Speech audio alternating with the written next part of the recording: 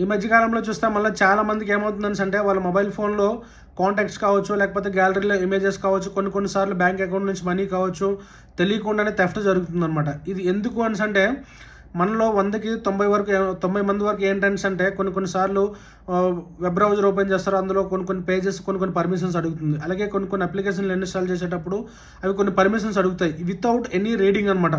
అసలు చదవకుండా డైరెక్ట్గా ఏం చేస్తారంటే యాక్సెస్ ఓకే ఓకే ఓకే కొట్టుకుంటూ వెళ్ళిపోతారు అనమాట. దీనివల్ల ఏమవుతుందని అంటే అందులో కొన్ని యూఆర్ఎల్స్ అనేవి హ్యాకర్స్ ఉన్నట్టయితే మనకి తెలియకుండానే హ్యాకర్కి మన డివైస్ మీద మనం యాక్సెస్ ఇచ్చేస్తాం అనమాట. దానివల్ల ఏంటంటే మన మైక్రోఫోన్, మన కెమెరా, అలాగే మన మొబైల్లో ఉండే చాలా అప్లికేషన్స్ వరకు కూడా యాక్సెస్ అయిపోతాయి అనమాట. అందుకేంటంటే రియల్ లైఫ్లో మనకు తెలియకుండానే మనం చేసే మిస్టేక్స్ వల్ల ఇవన్నీ జరుగుతాయి. ఇవన్నీ ఆలోచించి ఒక చిన్న ప్లేలిస్ట్ అనేది తయారు చేయాలనిపించింది అనమాట నాకు. అదేంటంటే 100 days cyber security awareness playlist అనమాట. దీంట్లో ఏంటంటే 100 రోజులు ఒక్కొక్క రోజు ఒక్కొక్క వీడియో పెట్టడం జరుగుతుంది అనమాట.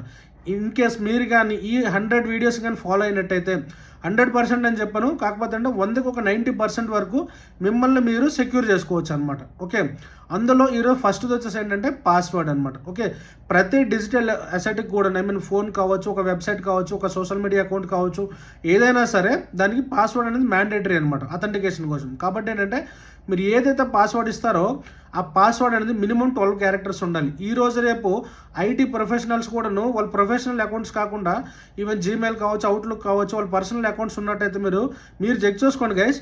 మీరు కూడా నాకు తెలిసి ఈ 12 క్యారెక్టర్స్ పాస్వర్డ్ అనేది ఇవ్వరు. ఓకే, అదొకటి. రెండోది ఏంటంటే పాస్వర్డ్ ఆల్వేజ్ ఏంటంటే క్యాపిటల్ లెటర్స్ ఉండాలి, స్మాల్ లెటర్స్ ఉండాలి, స్పెషల్ క్యారెక్టర్స్ ఉండాలి, నెంబర్స్ ఉండాలి.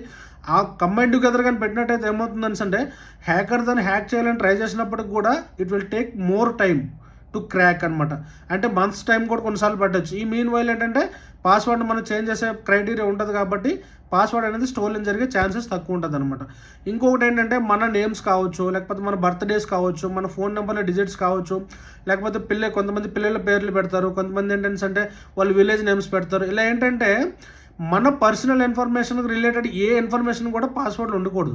అలా మీరు ప్లాన్ చేసుకున్నట్టయితే మీ పాస్వర్డ్ని ఎప్పటికి కూడా ఎవరు స్టోర్ చేయలేరు అనమాట. అది అర్థమైందా? ఇది ఫస్ట్ టిప్. ఇంకా 99 టిప్స్ ఉన్నాయి, మీరు ఇలాగ ఫాలో అవుతుండండి.